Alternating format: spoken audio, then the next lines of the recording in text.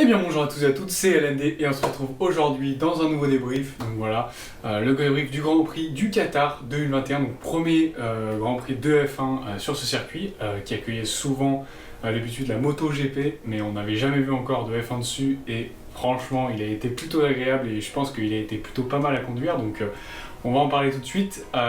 Juste avant, n'hésitez pas à vous abonner, à liker et à partager comme d'habitude.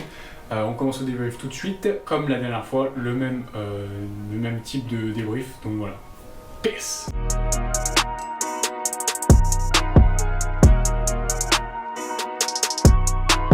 Donc, pour commencer, comme d'habitude, on va commencer par As, qui est toujours malheureusement dernier du championnat, avec toujours 0 points, mais sur la continuité des dernières courses, on est sur une amélioration, je trouve. Bon, toujours à 2 tours, comme je le vois là.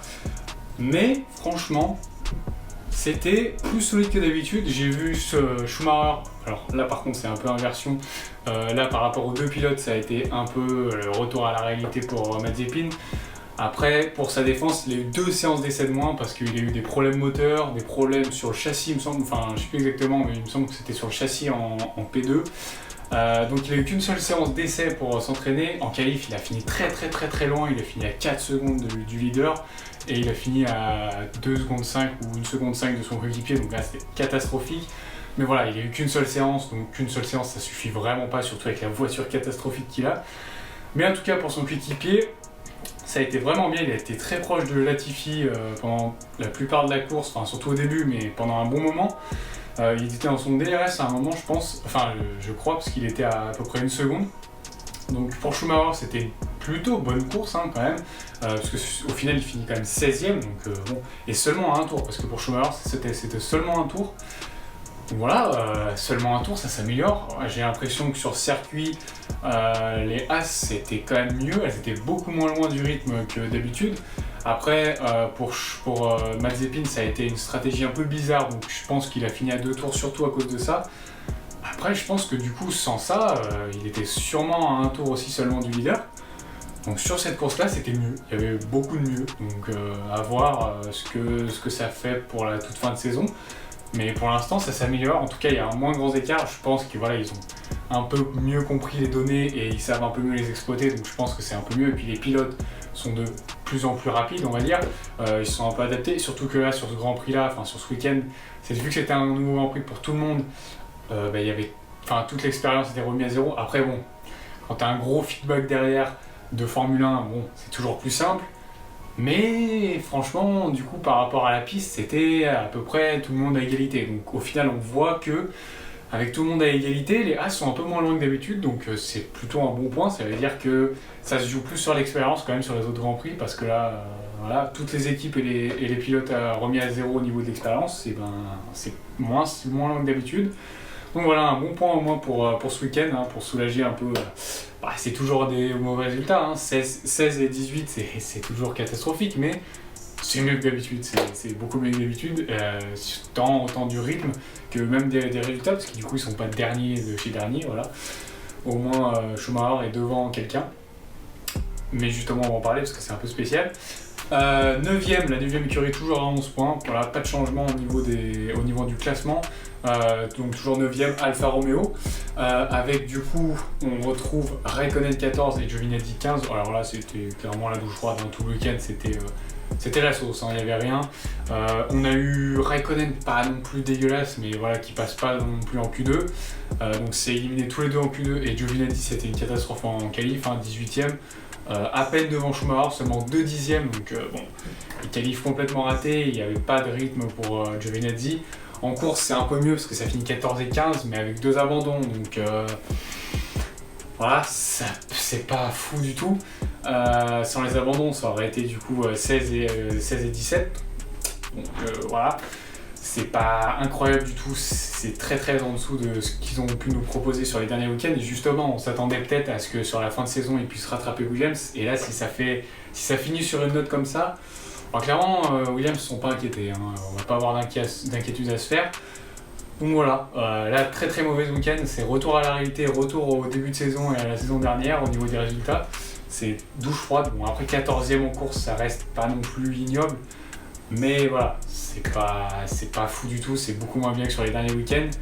Ça n'a pas brillé, surtout que ça a fait 2 arrêts pour les 2 pilotes, ce qui était une mauvaise stratégie puisque certains ont réussi à faire un arrêt. Ils auraient pu en profiter, s'ils avaient fait un arrêt, peut-être que ça aurait été très proche des points, ou peut-être même dans les points, on sait jamais. Mais là, non, ça finit pas dans les points, même très très loin, parce que c'est à un tour du leader, et ouais, les points, les derniers, ouais, Leclerc, 8ème, n'était même pas à un tour du leader, donc ça veut dire que ouais, ils étaient vraiment loin. Mais voilà, Alfa Romeo, c'est retour à la réalité. Williams, 8ème du coup, toujours avec leurs 23 points, il me semble, c'est ça. 23, oui, 23, c'est ça. C'est pareil, c'est pareil, c'était pas fou, même si en qualification c'était mieux que sur les derniers week-ends. Voilà, George Russell est repassé en Q2 pour une fois, parce que là ça faisait un Grand Prix qu'il n'était pas passé, mais celui d'avant il était passé de justesse, il me semble.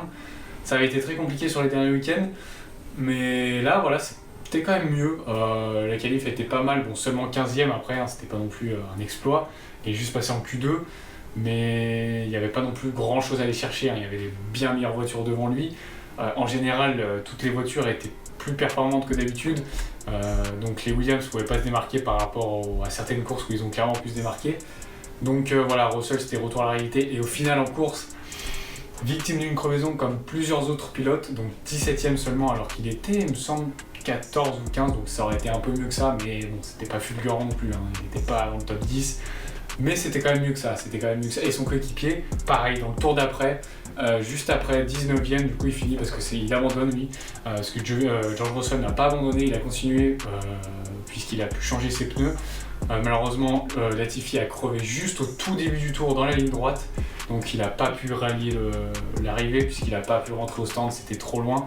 Et puis son pneu à lui avait complètement explosé, alors que ceux de les autres abandons, je le dirai après, mais les autres crevaisons qu'il y a eu, le pneu n'était pas complètement détaché, il y avait encore un peu de pneus accrochés, donc c'était encore possible de tourner, et là celui de Latifi était clairement détaché, donc c'était impossible de rouler, et il n'a pas pu rentrer au stand, et puis même ça aurait rien rapporté, il était déjà avant-dernier il me semble, donc voilà, il n'y avait rien à jouer. Donc voilà, petit abandon pour Latifi, même si déjà sur le reste du week-end c'était pas top non plus. C'était pas si loin de Russell non plus, mais c'était pas suffisant encore, seulement 17ème en qualif, devant Giovinazzi quand même, mais voilà, c'était pas fou. En course, il était juste derrière son coéquipier, mais voilà, c'était pas incroyable non plus. Ça aurait sûrement pris les places des deux Alfa Romeo. À mon avis, ils auraient fini 14 et 15. Ça aurait été quand même mieux, parce que là, 19 et 17, c'est pas fou du tout. Mais voilà, en termes de rythme, c'était un peu mieux que sur les 2 derniers week-ends, mais c'est revenu un peu à la réalité, revenu un peu au début de saison où c'était un peu compliqué, donc voilà, va falloir voir pour les dernières courses, mais c'est chaud. En tout cas, une bonne note quand même pour les 7ème du championnat, Aston Martin, qui marque enfin pas mal de points, parce que là, ça passe à 77 points, avec Vettel du coup 10ème, donc dans les points, et son coéquipier Stroll qui rallie enfin l'arrivée avec des points dans le top 10, avec 8 points pour une 6ème place, donc là c'était vraiment une très bonne course de Stroll qui a fait une grosse remontée quand même, puisqu'il est parti d'assez loin il me semble, je suis pas sûr mais ouais il me semble qu'il est parti d'assez loin. C'est Vettel qui s'est loupé complètement au départ, qui est passé, j'ai pas vu extrêmement bien son départ donc je sais pas ce qui s'est passé, mais il est passé quand même de, il me semble 11ème, non même 10ème parce qu'il était dans le top 10, il est passé en Q3, il a fait une très bonne qualif d'ailleurs. Il a passé 10ème à 17ème, donc il a dû remonter toute la course, il a fait qu'un seul arrêt pour pouvoir justement finir dans le top 10. Justement, lui a pu bénéficier d'une bonne stratégie. Donc voilà, ça finit dans le top 10 pour Vettel, c'est quand même bien. Mais surtout, voilà, la très bonne note, c'est son coéquipier qui marque enfin des points depuis... ça fait très longtemps qu'il n'a pas marqué de points, et surtout, il a fait une très bonne course de bout en bout. Bonne remontée, bon rythme. La voiture était pas mal sur ce week-end, donc c'était bien. Un week-end très bon dans l'ensemble. Il y a eu un bon package, voilà, c'était très bien dans l'ensemble. Pour la voiture qu'il a, top 6, c'est voilà, vraiment bien. Il me semble que ça doit être son meilleur résultat, parce qu'il me semble que il avait fait que P7, c'est son meilleur résultat. Donc on peut saluer quand même, parce qu'avec sa voiture, avec la voiture de cette année, c'est quand même très compliqué. Il y a eu beaucoup de problèmes cette année. Comme tous les ans, il y a toujours de la malchance, le Canadien, mais Là, vraiment, il a eu des périodes. Après, il a eu des périodes, c'était de sa faute aussi. C'est des erreurs de pilotage, mais il a eu aussi des erreurs, enfin des problèmes aussi de malchance, de voiture et tout. Mais là, ça prouve que voilà, il est encore là. Il surmonte tout ça. Voilà, top 6, 8 points, 9 points au total sur ce Grand Prix. Donc ça fait quand même un gros regain de points, parce que quand même, sur 60 et quelques points, prendre 9 points, ça fait quand même beaucoup. Et donc ça fait passer le total à 77. Donc voilà, ça fait remonter.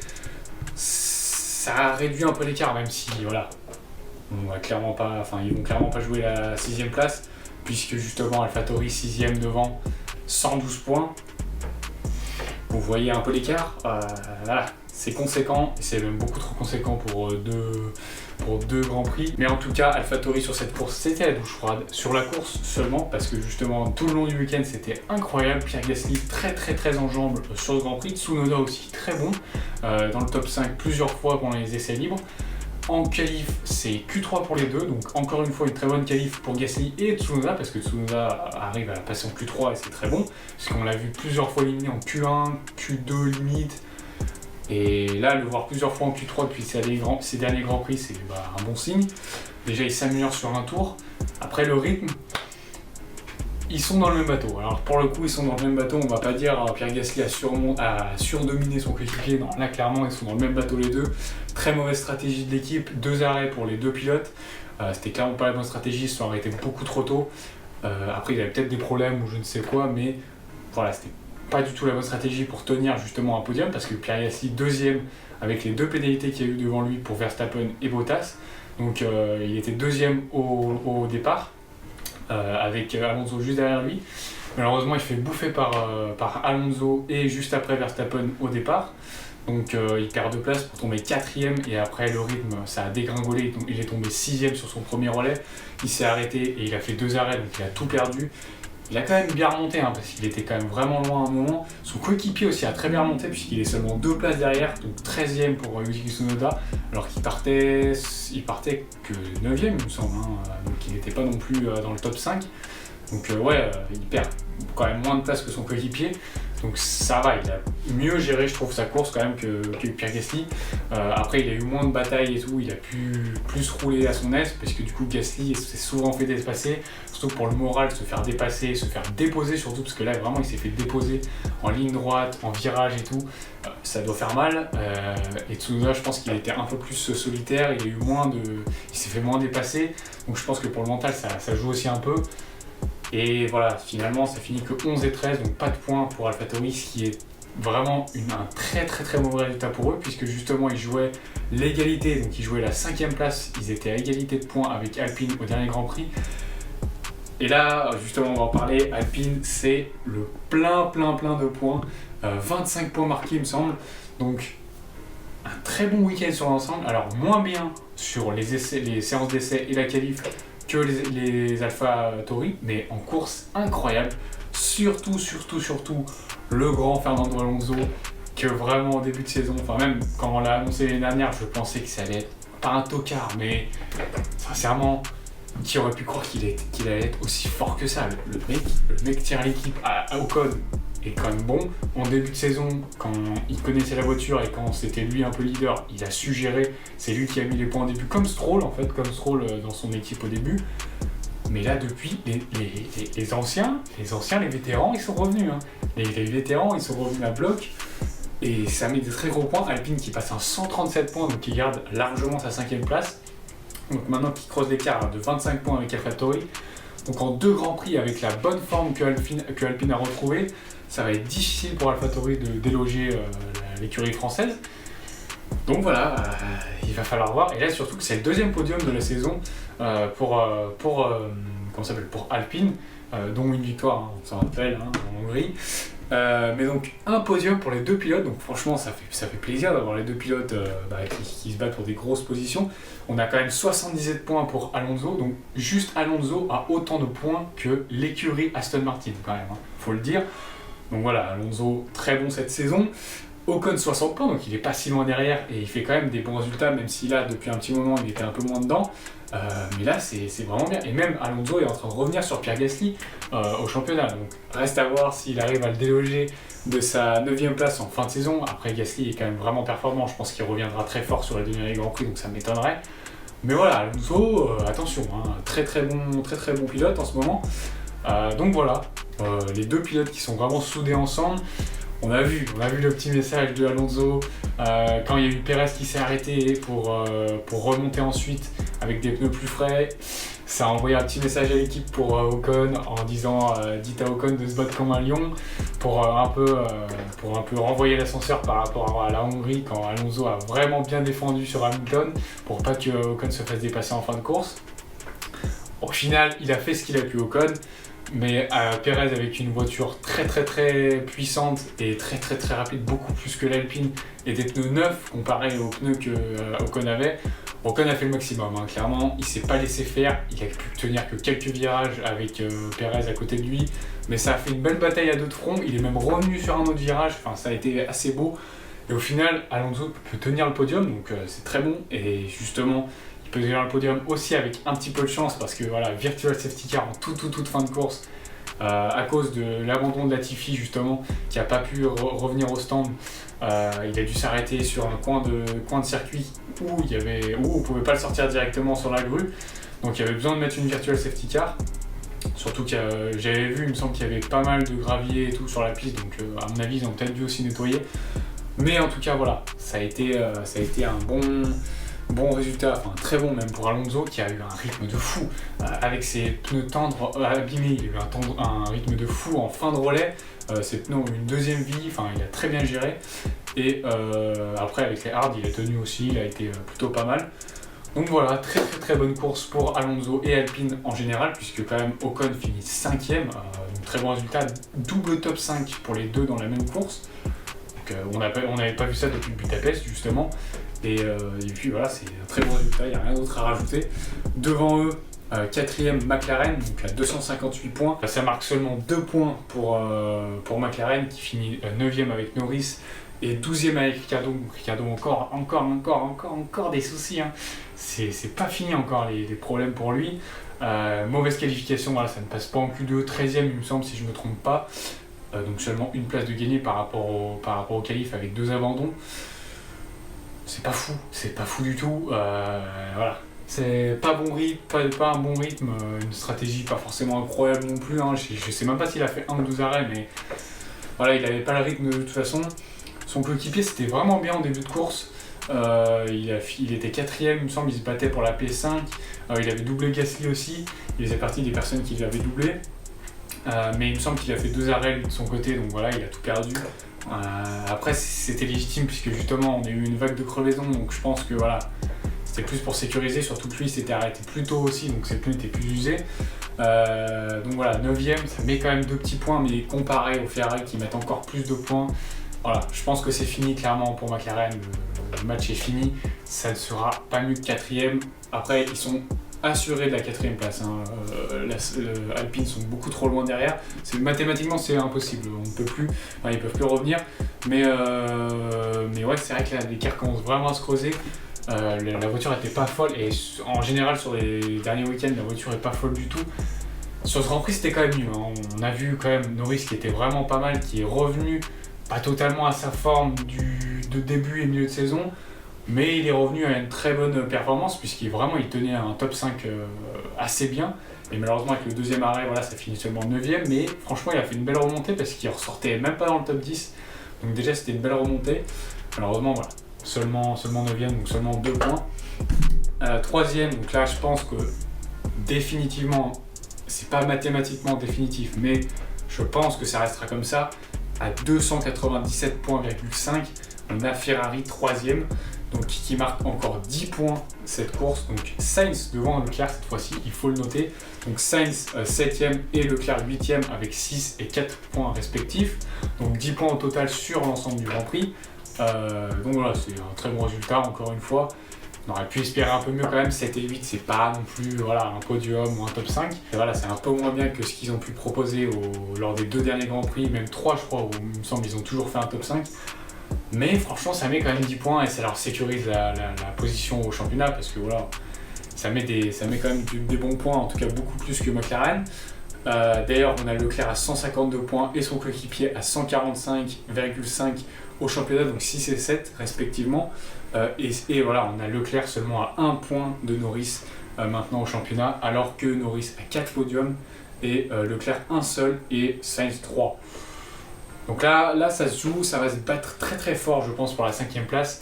Je pense que Norris là, il va falloir vraiment qu'il se bouge s'il veut essayer de garder sa position, parce que là ça va être compliqué. Là, les deux sont en très bonne dynamique, les Ferrari. Il y a seulement 2 grands prix, il y a 1 point d'écart entre Leclerc et Norris, donc bon, reste à voir, mais on va voir sur la fin de saison, tout peut encore se jouer. On va maintenant parler des 2 leaders au championnat constructeur. Donc on a toujours Red Bull deuxième derrière Mercedes.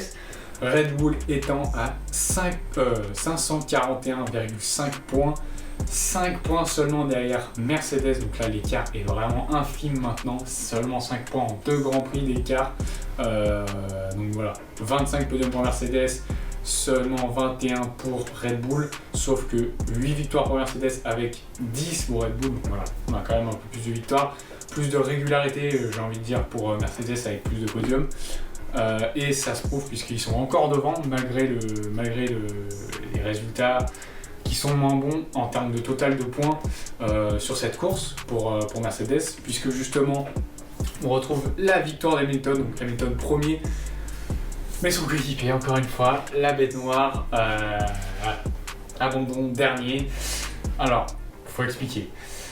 Déjà ça avait fait une bonne qualif, en vrai ça va, sur l'ensemble du week-end il était très bon, il était même devant son coéquipier. Qualif un peu raté quand même puisqu'il finit seulement 3ème derrière Verstappen, donc on pensait peut-être qu'il allait avoir une chance pour la pole et au final il se retrouve 3ème, assez loin de son coéquipier puisque Hamilton a signé un tour incroyable dans son dernier relais, enfin dans son dernier essai, et au final pénalité pour Verstappen, justement j'en avais pas précisé, j'en ai pas parlé, mais pénalité de 5 places pour non-respect du drapeau jaune en Q3 pour Verstappen, puisque du coup il y a eu un pneu crevé de Gasly dans la toute dernière ligne droite, donc là il n'a pas respecté, donc 5 places de pénalité. Et pour Bottas ça a été 3 places puisqu'il y a eu aussi un drapeau jaune non respecté, le même du coup, mais il me semble que du coup pour Verstappen c'était 2 drapeaux jaunes pas respectés, donc c'est 5 places, et pour Bottas c'était juste 1. Il me semble que c'est ça la règle. Après je ne vois pas quel deuxième drapeau jaune il n'a pas respecté, mais on va voir. Je sais pas vraiment, donc je sais pas pourquoi il a pris les 5 places, mais dans tous les cas, on a eu Bottas du coup avec 3 places, donc il partait seulement 5ème au lieu de 3ème. Et au final, complètement raté sur le départ, comme Vettel un peu, qui se retrouve 11ème, donc hors du top 10 au départ. Assez bonne stratégie de la part de Mercedes au début, parce que justement, on l'a fait attendre très très très longtemps, plus de 30 tours il me semble sur ses médiums. Et au final, crevaison avec les médiums. Alors, avec un peu de chance, puisque c'était pas non plus au tout début du circuit. Donc voilà, il a eu le temps de rentrer, il a perdu beaucoup de temps, mais il était presque dans le top 10, il était bien revenu. Voilà, il repart 13 ou 14, il me semble, il était assez bien monté, 12ème. Et au final, voyant qu'il ne pouvait pas remonter dans le top 10, et de toute façon, ça aurait été des tout petits points à la limite. Et puis même, ses pneus auraient été assez bien dégradés. Voilà, ils se sont dit on va conserver la voiture, donc ils l'ont fait abandonner juste avant qu'il y ait une autre vague aussi de crevaison. Donc il y a eu, il me semble, du coup oui, il y a eu les 2 Williams, mais je sais plus si c'était avant ou après qu'ils abandonnent, mais dans tous les cas voilà, il a décidé d'abandonner, et justement ça a un peu coûté à Mercedes, puisque justement Hamilton a demandé à son équipe de faire arrêter Bottas pour qu'il fasse le meilleur temps en fin de Grand Prix, et comme ils avaient demandé d'abandonner à Bottas, ils n'ont pas pu récupérer le meilleur tour et c'est Verstappen qui a pu l'obtenir. Donc là c'était un peu la sauce. Franchement, moi non plus j'avais pas compris pourquoi ils l'ont fait s'arrêter, surtout qu'il y a eu je ne sais combien de nouveaux moteurs, donc normalement, même s'il y a un moteur qui casse en séance d'essai ou un truc, il y en a plein d'autres de rechange. Donc je vois pas trop pourquoi ils ont voulu conserver les pièces. De toute façon il reste 2 grands prix. Tu vas pas avoir des casses dans tous les sens. Même si ça casse, ils ont au moins 2 ou 3 moteurs d'avance pour Bottas. Donc je ne comprends pas. Je comprends pas pourquoi ils l'ont fait abandonner, parce que justement, oui, Hamilton a eu raison de demander. C'était logique qu'il demande à ses ingénieurs de faire arrêter Bottas pour avoir le meilleur tour, mais il l'avait fait abandonner, donc il n'y avait pas la possibilité pour Bottas de prendre le meilleur temps. Et au contraire, voilà, c'est Verstappen qui s'est arrêté en toute fin de course pour mettre des tendres et pour l'avoir, puisque du coup, il avait assez d'avance sur Alonso, 3ème, pour s'arrêter tranquillement et mettre des softs et faire le meilleur tour. Surtout qu'il y avait une voiture de sécurité virtuelle, comme je vous l'avais dit. Donc il a clairement pu faire son petit arrêt, il a fait son meilleur tour dans le dernier tour. Et voilà, il a accentué le nombre de points qu'il avait, donc 19 points. Après voilà, c'est pas la win, donc il perd quand même 6 points au championnat. Pour réduire l'écart à seulement la pilote, 351 points pour Verstappen, 351 points,5 pour 343,5 pour Hamilton. Donc voilà, l'écart est très très très serré. Là, ça va se jouer à vraiment que dalle. Ouais, donc au final, ça fait 8 points d'écart entre les deux, donc voilà. Là, ça va être vraiment très serré pour les 2 derniers Grands Prix.